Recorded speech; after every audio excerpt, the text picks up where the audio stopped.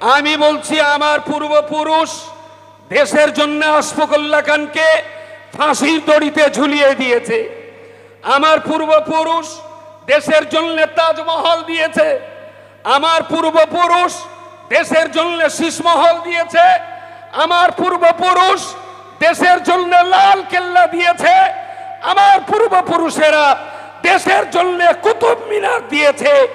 যারা দেশের জন্য কিছুই করতে যায়নি, যারা দেশের জন্য একটা প্রাণ দিতে পারেনি, প্রকাশ্য জনগণের সামনে দাঁড়িয়ে বলছি, আরএসএস যদি প্রাণ করাতে পারে, স্বাধীনতা সংগ্রামে একটা আরএসএস জীবন দিয়েছে, আমার কল্লা কেটে তার হাতে তুলে দেব। একটা প্রমাণ দিক যে আরএসএস বিজেপি দেশের জন্য প্রাণ দিয়েছে। আমরা দিয়েছি আশফাকুল্লাহকে, আমরা দিয়েছি খান আব্দুল গফুর খানকে, আমরা দিয়েছি শহীদ তিতুমিরকে, আমরা দিয়েছি আরো লাখো শহীদকে। দেশের জন্য আমরা মুসলমানদের জীবন বলিদান দিয়েছি। বলে আরে কি হয়েছে বলবি তো? বলে বহুত বড় চান্স মিল গিয়া। বলে কি? বলে গাছের গোড়ায় ছেলেটা মেয়েটার গলায় বিবাহের মালা পরাতে যাচ্ছিল, মেয়েটা বলেছে তোরে বে করার চাইতে বাঁদরের সঙ্গে বে করবো। বাঁদর তাই নিয়ে মাথা খারাপ, বলছে এরম সুন্দরী মেয়ে আমার সাথে বে করবে। যারা ভাবছেন এই সম্পত্তি নিয়ে বিতরণ করে ভোগ দখল করবেন, মাটি ছেড়ে দিয়ে আপনারা গাছে বসবাস করুন, এটা কখনো হতে দেব না আমরা। আসসালামু আলাইকুম। মোদী সরকার আসার পর থেকে আমাদেরকে নিয়ে তিনি এত পরিমাণ ভাবনা ভেবেছেন, যদি কখনো সুযোগ পাই নিঃসন্দেহে একটু ধুতি গামছার আন্ডাবান দিয়ে ভদ্রলোককে আমি একটু স্বাগত জানাবো। কারণ যারা ওনাদেরকে বিরাট ভোট দিয়ে জিতিয়ে মুখ্যমন্ত্রী প্রধানমন্ত্রী বানিয়েছেন, তাদের নিয়ে উনি যত না ভাবছেন তার চাইতে বেশি ভাবছেন আমাদের নিয়ে। 370 কেন না হিন্দু মুসলমানের বিরোধ ঘটিয়ে কাশ্মীরে দাঙ্গা লাগাতে হবে। সিএ কেন ভারতবর্ষের বাইরে থেকে হিন্দু মুসলিম শিখ ইসাই পার্সিয়ান যারা আসবে তারা দেশের নাগরিকত্ব পাবে, শুধু মুসলমানদের দেওয়া হবে না। এটা পোলারাইজেশন, হিন্দু মুসলমান জাতি দাঙ্গার বিভাজনের মশলা জোগানো হলো।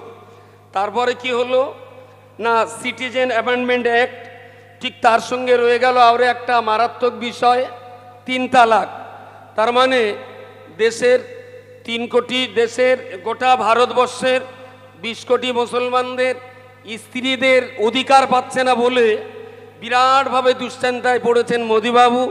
কারণ ভদ্রলোক নিজের স্ত্রীকে নিয়েও ঘর করতে পারেননি, এটা বড় লজ্জার।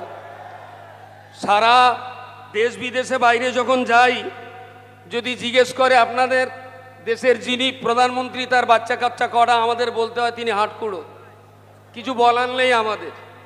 একটা স্ত্রী নিয়ে ঘর করার যার সুযোগ হলো না, দেশের মুসলমানদের স্ত্রীদের অধিকার দেওয়ার জন্য তিনি 3 তালাক আনলেন। আসলে এই বিষয়গুলো দিয়ে তিনি বারবার চাইছেন মুসলিমদের বিরুদ্ধে হিন্দু সমাজটাকে খেপিয়ে দিতে।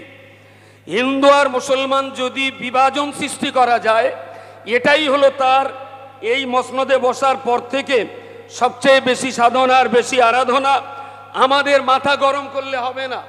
তারা চাইছে হিন্দু আর মুসলমান বিভাজন করতে, আমাদের কিন্তু হিন্দু মুসলমানের ঐক্যবদ্ধভাবেই আমাদের থাকতে হবে। হিন্দু ভাইদেরকে স্মরণ করিয়ে দিতে চাই, মোদি অমিত শাহকে জিজ্ঞেস করুন দেশের জন্য মোদি পরিবার অমিত শাহ পরিবার কি দিয়েছে। আমি বলছি আমার পূর্বপুরুষ দেশের জন্য আশফাকুল্লাহ খানকে ফাঁসির দড়িতে ঝুলিয়ে দিয়েছে। আমার পূর্বপুরুষ দেশের জন্য তাজমহল দিয়েছে। আমার পূর্বপুরুষ দেশের জন্য শীষমহল দিয়েছে।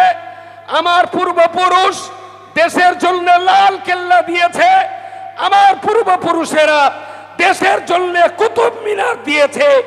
যারা দেশের জন্য কিছুই করতে যায়নি, যারা দেশের জন্য একটা প্রাণ দিতে পারেনি, প্রকাশ্য জনগণের সামনে দাঁড়িয়ে বলছি, আরএসএস যদি প্রাণ করাতে পারে, স্বাধীনতা সংগ্রামে একটা আরএসএস জীবন দিয়েছে, আমার কল্লা কেটে তার হাতে তুলে দেব।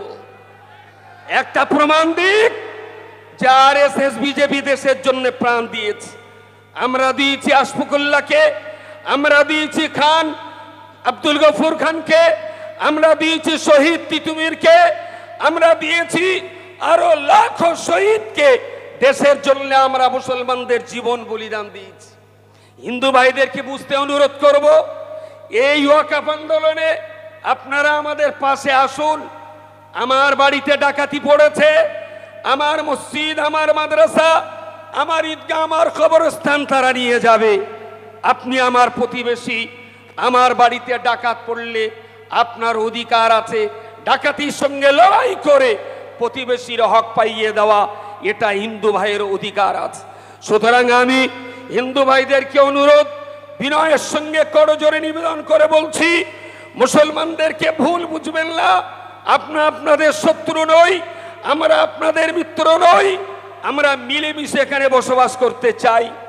আপনারা আমাদের সঙ্গে আসুন, একই সঙ্গে মিলেমিশে আমরা ওয়াকফ সম্পত্তি উদ্ধার করি। যদি আপনারা আমাদের সঙ্গে সাথ দিতে পারেন, ওয়েলকাম, ডবল থ্যাঙ্কস। যদি মনে করেন যে না, মুসলমানদের মসজিদ, মাদ্রাসা, ঈদগাহ, কবরস্থানের জায়গা সরকার দখল করলেও আমরা হিন্দু বুদ্ধিজীবী সমাজ গাল খুলবো না, কিছু বলবো না। আমি একটা সতর্কতার বার্তা দিতে যাচ্ছি, পৃথিবীর 256টা দেশের ভিতরে স্বাধীন সার্বভৌম 55 দেশ আছে। মুসলমানদের ওয়াকফ সম্পত্তি যদি উদ্ধার না হয়, আমরা আন্তর্জাতিক ময়দানে নেবে তাম দুনিয়ার 55কে রাষ্ট্রকে আমরা ওয়াকফ সম্পত্তি রক্ষার জন্য আহ্বান জানাবো। সেদিন যেন হিন্দু ভাইরা আমাদের দিকে আঙুল তুলবেন না। আমরা এই ওয়াকফ নিয়ে দিল্লিতে মোদির পা চাটতে যাব না। আমরা ওয়াকফ নিয়ে মক্কা মুকাররমার ওয়ার্ল্ড মুসলিম লীগ অফিসে আমরা ধন্না দিয়ে ভারতবর্ষের সম্পত্তি, মুসলমানদের সম্পত্তি রক্ষার জন্য যাব।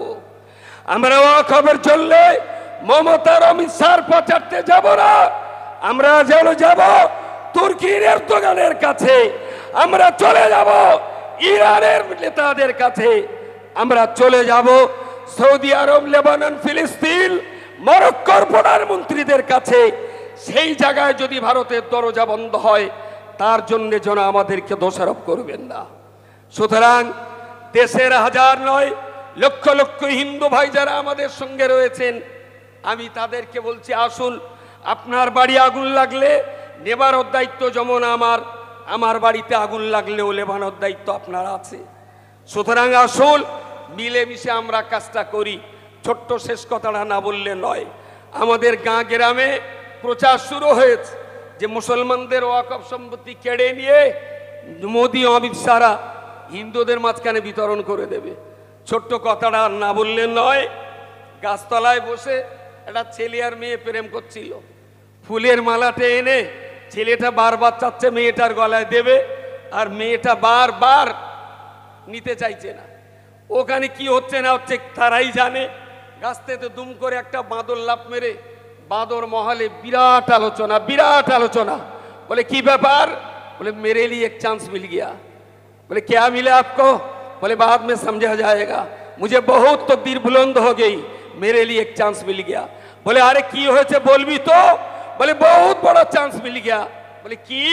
बोले গাছের গোড়ায় ছেলেটা মেয়েটার গলায় বিবাহের মালা পরাতে যাচ্ছিল, মেয়েটা বলেছে তোরে বে করার চাইতে বাঁদরের সঙ্গে বে করবো। বাঁদর তাই নিয়ে মাথা খারাপ, বলছে এরম সুন্দরী মেয়ে আমার সাথে বে করবে। যারা ভাবছেন এই সম্পত্তি নিয়ে বিতরণ করে ভোগ দখল করবেন, মাটি ছেড়ে দিয়ে আপনারা গাছে বসবাস করুন, এটা কখনো হতে দেব না আমরা। আসসালামু আলাইকুম।